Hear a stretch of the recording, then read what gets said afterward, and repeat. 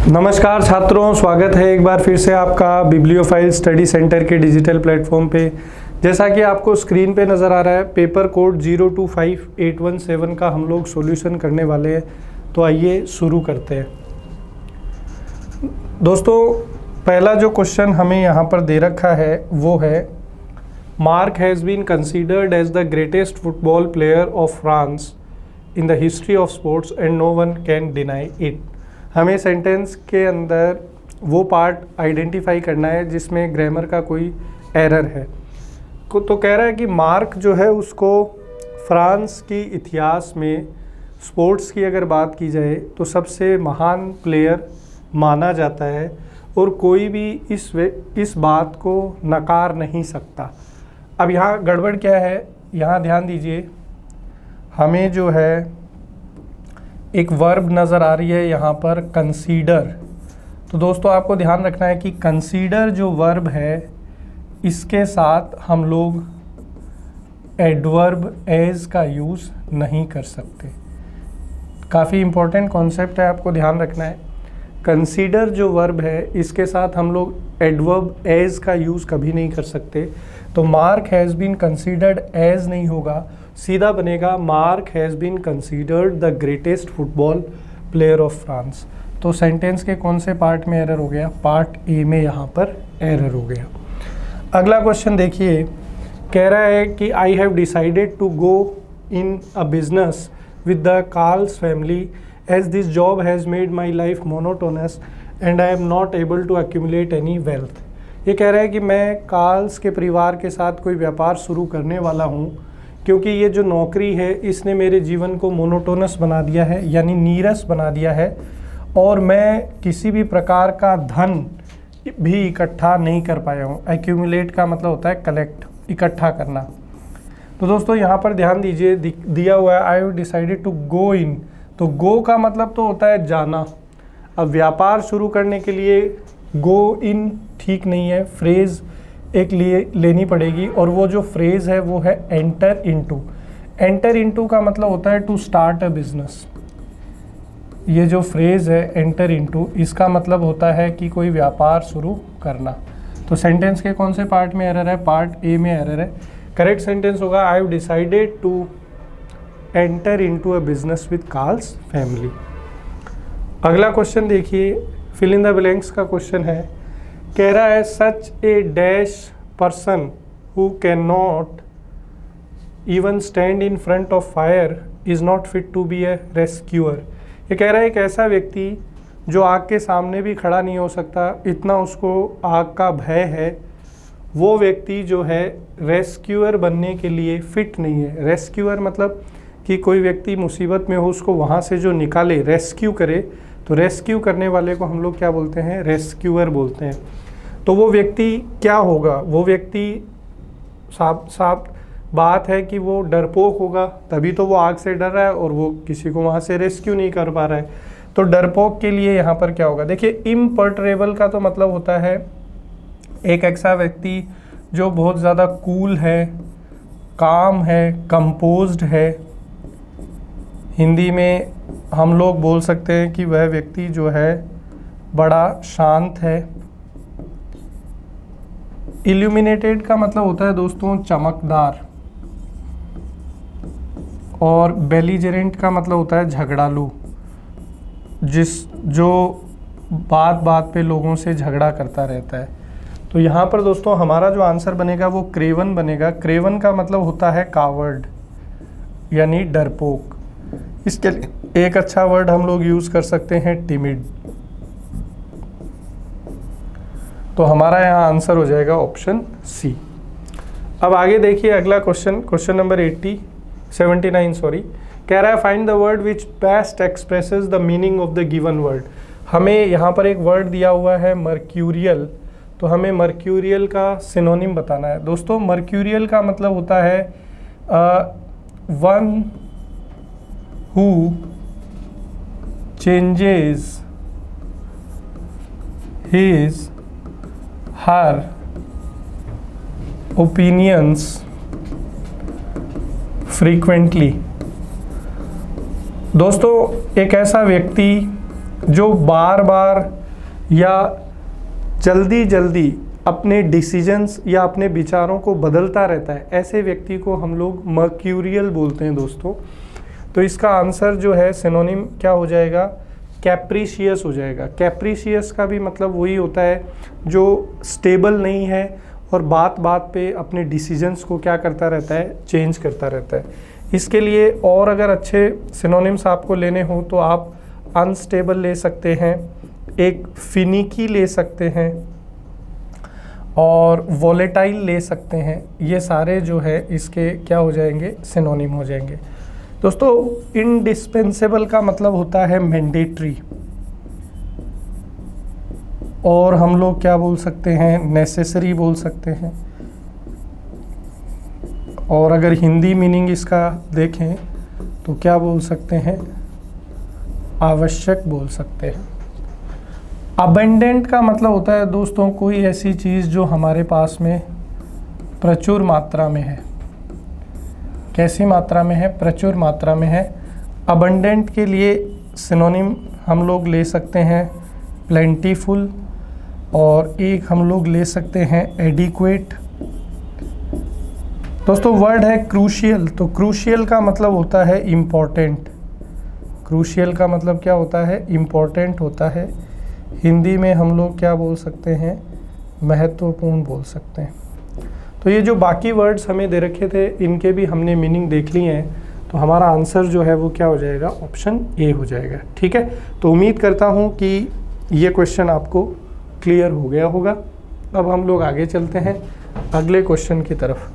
देखिए नेक्स्ट जो हमारा क्वेश्चन है दोस्तों, वो कह रहा है कि हमें सिनोनिम बताना है किसका, इनसाइडियस का।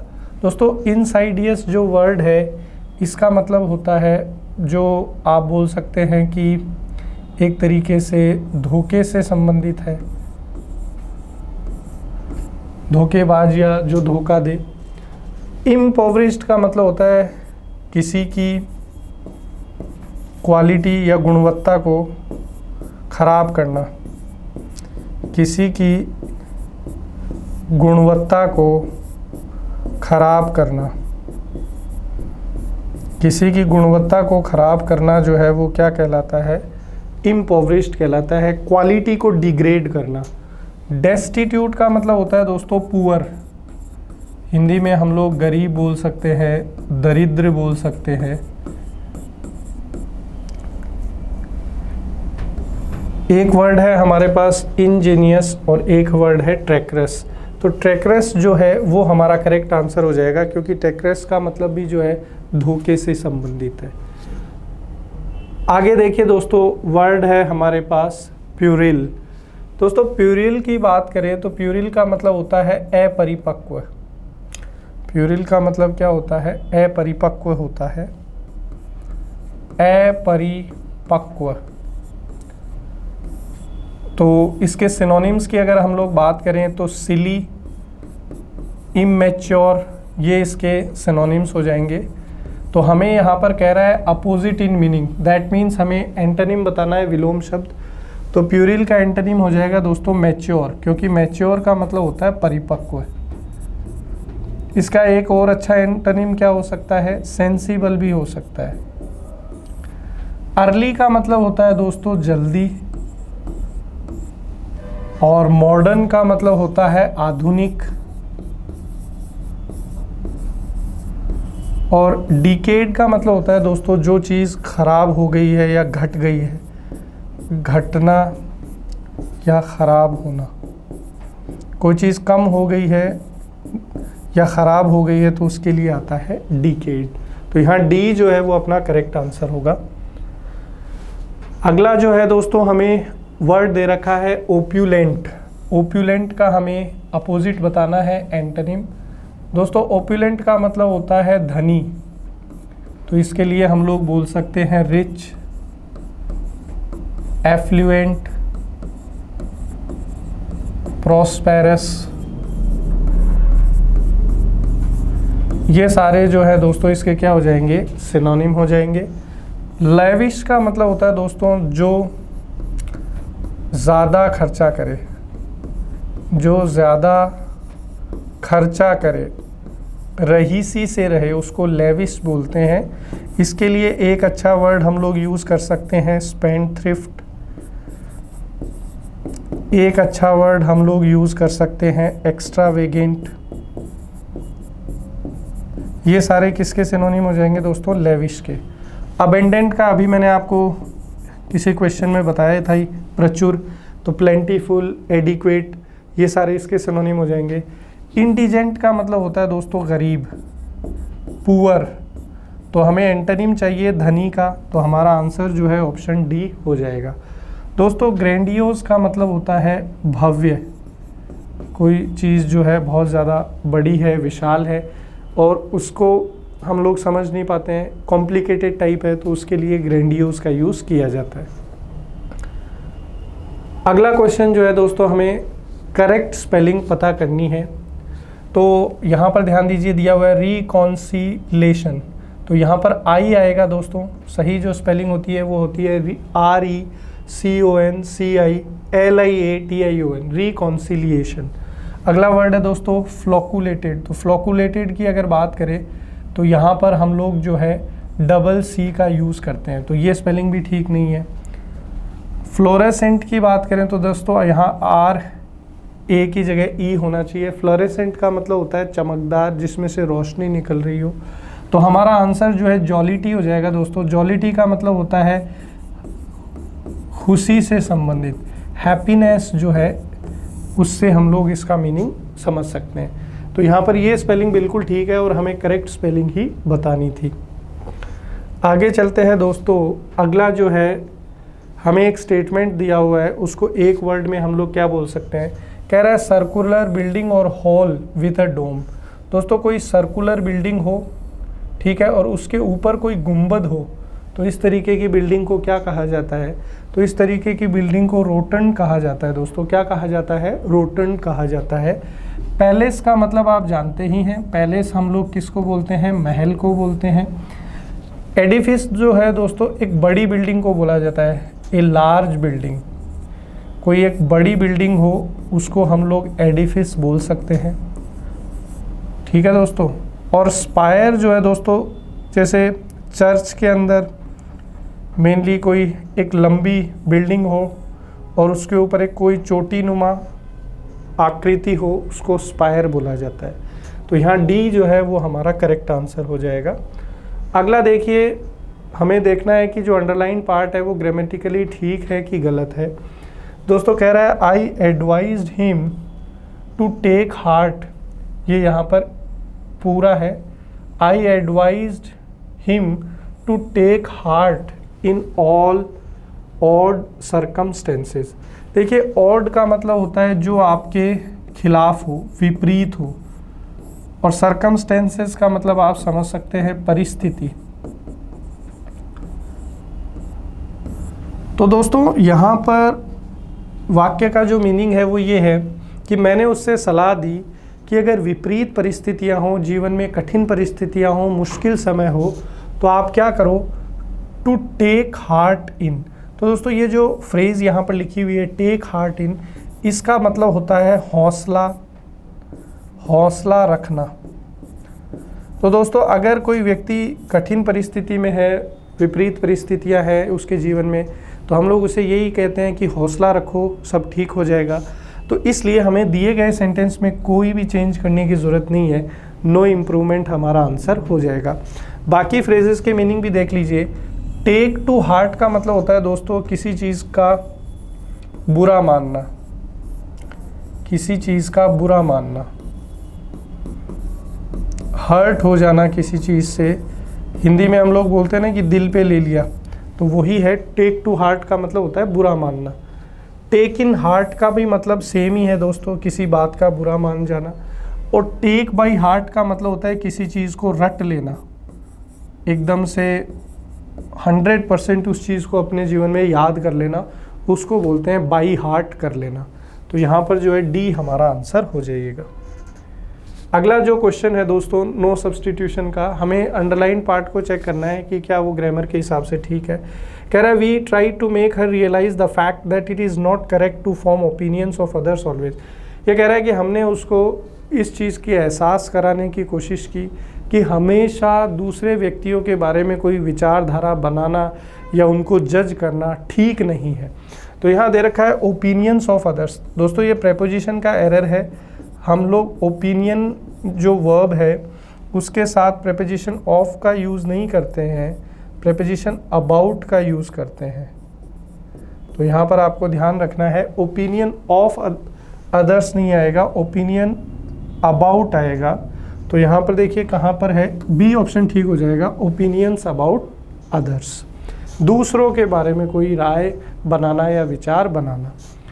अगला देखिए, अब यहाँ पर मुहावरा आ गया, उसका मीनिंग हमें देखना है। कह रहा है टू शेप अप और शिप आउट।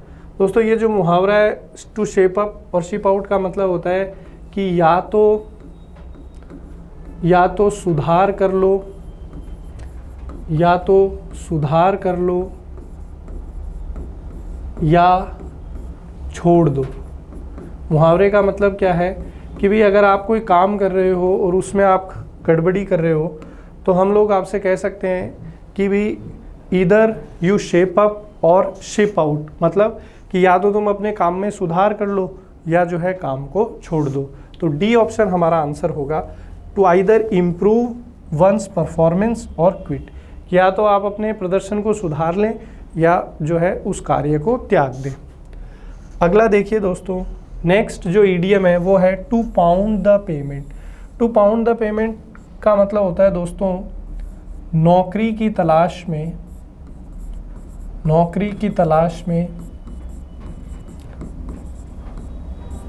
नौकरी की तलाश में दर दर भटकना। नौकरी की तलाश में दोस्तों दर दर भटकना जो है उसको क्या कहला जाता है, टू पाउंड द पेमेंट। तो इसका हमारा आंसर हो जाएगा walk the streets looking for a job. अगला देखिए दोस्तों, कह रहा है कि करेक्ट एक्टिव या पैसिव बताइए दिए गए वाक्य का। तो did anyone show you what to do. तो ये बेसिकली दोस्तों आपको जो दे रखा है ये एक्टिव वॉइस का वाक्य है। तो ये यहाँ पर हमें जो सेंटेंस दे रखा है ये पास्ट सिंपल का इंट्रोगेटिव स्ट्रक्चर दे रखा है, पास्ट सिंपल का इंट्रोगेटिव स्ट्रक्चर दे रखा है। तो इंट्रोगेटिव स्ट्रक्चर दे रखा है तो आप जानते हैं कि जब पैसिव में जाएंगे तो वॉज वर्ग के साथ थर्ड फॉर्म का हमें उपयोग करना है। पास्ट सिंपल को जब भी हम लोग पैसिव में चेंज करते हैं तो हमें पता होना चाहिए कि वॉज वर्ग के साथ हम लोग थर्ड फॉर्म का उपयोग करते हैं। अब देखिए अगर इतनी सी जानकारी आपके पास है तो आपने देखा कि पहला जो सेंटेंस बनाया है यहाँ हैव है तो ये चला गया, दूसरे में हैज़ है ये चला गया, तीसरे में भी हैज़ है ये चला गया। आप सीधा कहाँ पहुँच गए, डी पे पहुँच गए, क्योंकि पास्ट सिंपल को जब भी पैसिव में कन्वर्ट करते हैं तो वॉज वर्ग के साथ थर्ड फॉर्म आना चाहिए, वो केवल आपको इसी ऑप्शन में है।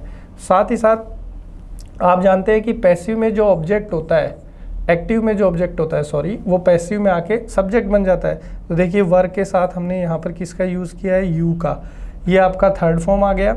और बाई के बाद में जो आपका एक्टिव का सब्जेक्ट है वो पैसिव में आकर ऑब्जेक्ट के रूप में जुड़ गया। तो ये सारी बातें हम लोग क्लास में भी कई बार कर चुके हैं जब हम लोग एक्टिव पैसिव पढ़ते हैं। डायरेक्ट इनडायरेक्ट का क्वेश्चन है, कह रहा है he swore in the name of God that he was just ignorant of the matter. कह रहा है कि उसने ईश्वर की शपथ ली, ईश्वर की कसम खाई और कहा कि भाई वह उस बात के बारे में इग्नोरेंट था, अनभिज्ञ था, मतलब उस बात के बारे में उसके पास कोई जानकारी नहीं थी। तो दोस्तों ईश्वर की कसम वह खा रहा है तो हमें वो स्टेटमेंट देखना है जिसके अंदर उसने ईश्वर की कसम खाई है। तो दोस्तों आम बोलचाल में भी आपने कई बार सुना होगा ईश्वर की जब शपथ खाते हैं तो अंग्रेज़ी में, तो जैसे हिंदी में तो बोलते हैं भगवान कसम, इंग्लिश में बोलते हैं बाई गॉड। तो देखिए बाई गॉड आपको यहाँ ऑप्शन सी में दे रखा है, तो यही आपका आंसर होगा कि ही सेड, उसने कहा बाई गॉड कि मैं ईश्वर की कसम खाता हूँ, आई एम इग्नोरेंट। दूसरा यहाँ पर देखिए आई एम इग्नोरेंट, मतलब ये कौन सा टेंस है, प्रेजेंट सिंपल। हम जानते हैं कि डायरेक्ट से इनडायरेक्ट में जाते हैं तो प्रेजेंट सिंपल किस में चेंज हो जाता है, पास्ट सिंपल में। तो यहाँ पर देखिए आपको ही के साथ कौन नज़र आ रहा है, वॉज। साथ ही साथ ये आई फर्स्ट पर्सन है, वो सब्जेक्ट के अनुसार ही के अनुसार चेंज होता है, इसलिए आई देखो किस में चेंज हो गया, ही में चेंज हो गया। ठीक है, तो यहाँ पर आपका ऑप्शन सी करेक्ट आंसर हो जाएगा। अगला देखिए दोस्तों, ये हमारे पास एक क्लोज टेस्ट आ गया है, इसको हम लोग सॉल्व करते हैं। कह रहा है stage tourism whether it is of the tiger और the snow leopard kind is driven by the desire of visitors to see specific animals this often dash pressure on a certain area with hordes dash tourists rushing to a spot. ये कह रहा है कि stage tourism मतलब कि कुछ लोग, कुछ टूरिस्ट इस प्रकार के होते हैं कि वो जैसे कहीं पर विज़िट करते हैं किसी सेंचुरी में या जू में, तो उनका ये रहता है कि भी हमें टाइगर देखना है या स्नो लेपर्ड देखना है, और उनकी इस डिज़ायर के कारण जो है वहाँ के जो मैनेजमेंट वाले लोग होते हैं उन पे और एनिमल्स पे कई बार बहुत ज़्यादा प्रेशर आ जाता है। और क्या करते हैं, टूरिस्ट को जब पता चलता है कि यहाँ पे टाइगर या स्नो लेपर्ड दिखता है तो सारे लोग जो है वहाँ पर ही भागते हैं, वहाँ पर इकट्ठा होने की कोशिश करते हैं। तो in dash case of tigers it is quite possible dash the animal is stressed by dash caused by a bunch of excited tourist. और कई बार जब वे बहुत सारे इकट्ठा हो जाते हैं तो जानवर के ऊपर जो है वो थोड़ा सा वो अनकंफर्टेबल हो जाता है, और कई बार फिर देखते हैं हम लोग कि किसी जानवर ने किसी टूरिस्ट पर हमला कर दिया, अटैक कर दिया, क्योंकि भी जानवरों का एक अलग नेचर होता है। तो उनको जो है इस चीज़ को समझना चाहिए कि भाई उनको अपन एक नेचुरल तरीके से ही देखें, ना कि जो है भीड़ भाड़ वहाँ पर करें। तो कह रहा है stage tourism whether it is of the tiger और the snow leopard kind is driven by the desire of the visitors to see specific this often dash pressure on a certain area. तो pressure डालता है, तो pressure डालने को अपन क्या बोलेंगे, does का मतलब तो करना, गिव का मतलब देना, मेक का मतलब बनाना, पुट का मतलब डालना। तो बी ऑप्शन बिल्कुल ठीक होगा कि ये जो हरकतें हैं ये प्रेशर डालती है। किस पर प्रेशर डालती है, वहाँ के जो क्षेत्र वाले लोग होते हैं उनके ऊपर और मैनेजमेंट के लोग। अगला ऑप्शन देखिए, with hordes dash tourists, with hordes dash tourist, किसके झुंड की बात हो रही है, टूरिस्ट्स के झुंड की बात हो रही है। तो एक दूसरे को रिलेट करने के लिए हम लोग कौन सा प्रेपोजिशन यूज़ करते हैं, प्रेपोजिशन ऑफ। तो with hoards of tourist, tourist का जो झुंड होता है, होर्ड का मतलब होता है झुंड या ग्रुप, टूरिस्ट का जो झुंड है वो रश करता है एक ही स्थान पर। In dash of tigers, in the case of tigers, tigers की स्पेसिफिक बात हो रही है तो कौन सा आर्टिकल लगा देंगे, द। कि टाइगर्स के केस में अगर बात करें तो it is quite possible that the animal is stressed. देखिए जब भी हम लोग किसी नॉन लिविंग को या एनिमल को रिलेट करते हैं तो हमेशा कौन सा रिलेटिव प्रोनाउन यूज़ किया जाता है, दैट। तो हम लोग यहाँ पर टाइगर को रिलेट कर रहे हैं तो इसलिए दैट रिलेटिव प्रोनाउन यहाँ बिल्कुल ठीक हो जाएगा कि भाई जो इसकी बात करें टाइगर की तो वो काफ़ी ज़्यादा स्ट्रेस्ड हो जाता है। The animals is stressed by the dash caused of, by the disturbance. भाई डिस्टर्बेंस आ जाएगा कि भाई वो बहुत सारे टूरिस्ट वहाँ पर इकट्ठा हो जाते हैं, ग्रुप बना लेते हैं, तो उसकी वजह से जो है डिस्टर्बेंस होता है एनिमल को और वो अलग तरीके से रिएक्ट करना शुरू कर देता है। तो डी हमारा आंसर हो जाएगा। क्वेश्चन नंबर 96 है दोस्तों, पैराजम्बल का क्वेश्चन है। इसकी ट्रिक मैंने आपको बता रखी है कि भाई आपको जो है बेसिकली प्रॉपर नाउन को ढूंढने का प्रयास करना है, वहीं से जो है हमारा आंसर होता है। दोस्तों यहाँ पर द बोट फ्लोटेड डाउन, तो पहले कहीं पे बोट की बात हुई होगी। थिंकिंग ये तो वर्ब है तो यहाँ पॉसिबल नहीं है। The people on the bank, smelling a flower, तो स्मेलिंग अ फ्लावर जो है, ये स्मेलिंग यहाँ दिखने में आपको वर्ब है लेकिन बेसिकली ये जेरेंड है। वर्ब की आईएनजी फॉर्म जो नाउन की तरह काम करती है उसको हम लोग जेरेंड बोलते हैं। तो यहीं से कहानी की शुरुआत होगी कि smelling a flower given by the magician Shweta fell down unconscious, कि जादूगर था उसने कोई फूल दिया श्वेता को और जैसे ही वो श्वेता ने उसको जो है स्मेल किया, सूंघा, तो वो है शी फेल डाउन अनकॉन्शियस, वो जो है क्या हो गई, बेहोश हो गई। अब इससे क्या हुआ, thinking that she was dead, she जो है दोस्तों ये किसके लिए आया है, ये यहाँ पर श्वेता के लिए आया है। तो एक तरीका इस क्वेश्चन को करने का ये भी था कि डी और बी जो है वो मैंडेटरी पेयर है, मतलब डी के बाद में बी का आना अनिवार्य है। तो देखिए डी के बाद में बी कहाँ पर है, तो आप देखेंगे कि यहाँ पर डी और बी के बीच में ए आ गया, तो ये कभी भी आपका आंसर नहीं हो पाएगा। यहाँ पर देखिए डी के बाद में बी है तो ये संभावना है आपकी, डी के बाद में बी है, लेकिन यहाँ पर ए से शुरुआत की है तो ए से शुरुआत पॉसिबल नहीं है, इसलिए ये नहीं होगा। यहाँ पर डी के बाद में बी है नहीं, मतलब ये चला गया, तो यहाँ पर एक ही आपका ऑप्शन है, तो यही बी ही आपका आंसर होगा। और इसको अब आगे भी जोड़ लेते हैं। बी में उसने बताया कि भी लोगों को ऐसा लगा कि वो मर गई है, तो उसके जो दोस्त है वो सीक्रेटली उसको वहाँ से जो है किसी बोट पर ले गए और वहाँ पर उसको क्या कर दिया, अबेंडन कर दिया, मतलब छोड़ दिया बोट के अंदर। फिर ए आ जाएगा, the boat floated down the river and reach to the other bank. अब वो जो नाव है जिसमें उन्होंने श्वेता को छोड़ा था वो तैरते तैरते नदी के दूसरे किनारे पे पहुंच गई। फिर सी आ जाएगा, the people on the bank took her to a hospital and saved हर।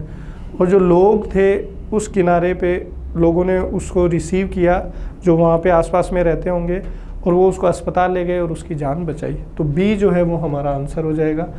अगला अगेन पैराजंबल का क्वेश्चन है। तो मैंने आपको पहले भी बता रखा है कि प्रॉपर नाउन को ढूंढिए। तो प्रॉपर नाउन आपको साफ साफ नज़र आ रहा है कहाँ पे, सी में। तो सी से शुरुआत होगी। अब सी कहाँ है, देखिए सी, 3 ऑप्शन सी से है तो ये चला गया।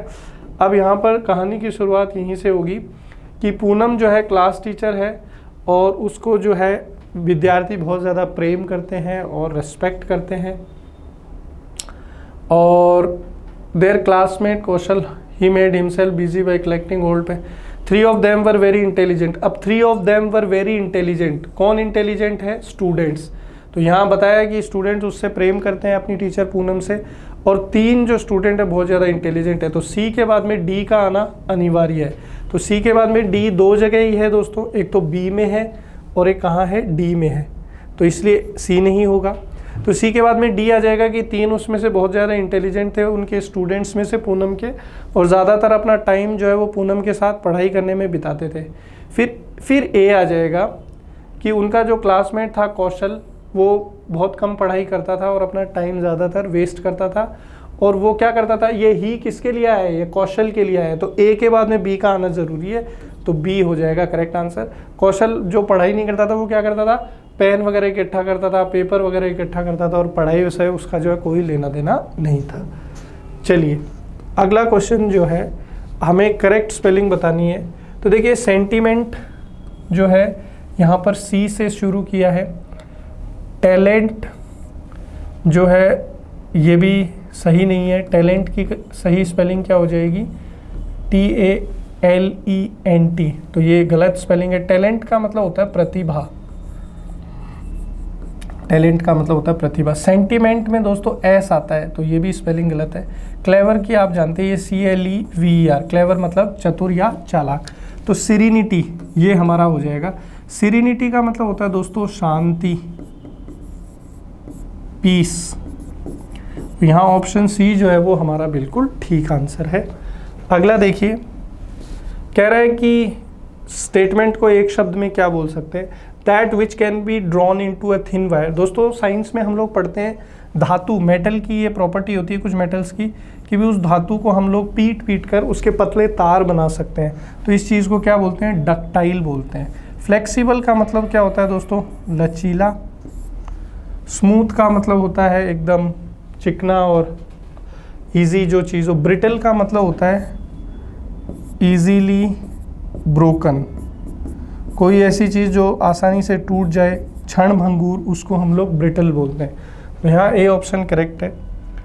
फिल इन द ब्लैंक्स का क्वेश्चन आ गया दोस्तों। कह रहा है people of the other generation dash over the good old school days, कि दूसरी जनरेशन के जो लोग हैं वो कई बार अपने पुराने दिन, स्कूल या कॉलेज के दिनों क्या करते हैं, याद करते हैं।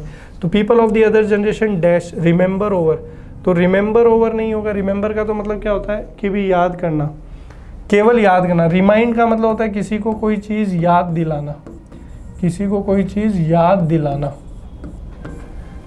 रेट्रीब्यूट का मतलब होता है कि भाई किसी को कोई चीज़ वापस करना। रेमिनिसेंस का मतलब होता है दोस्तों कि किसी पुरानी बात को याद करना और खुश होना।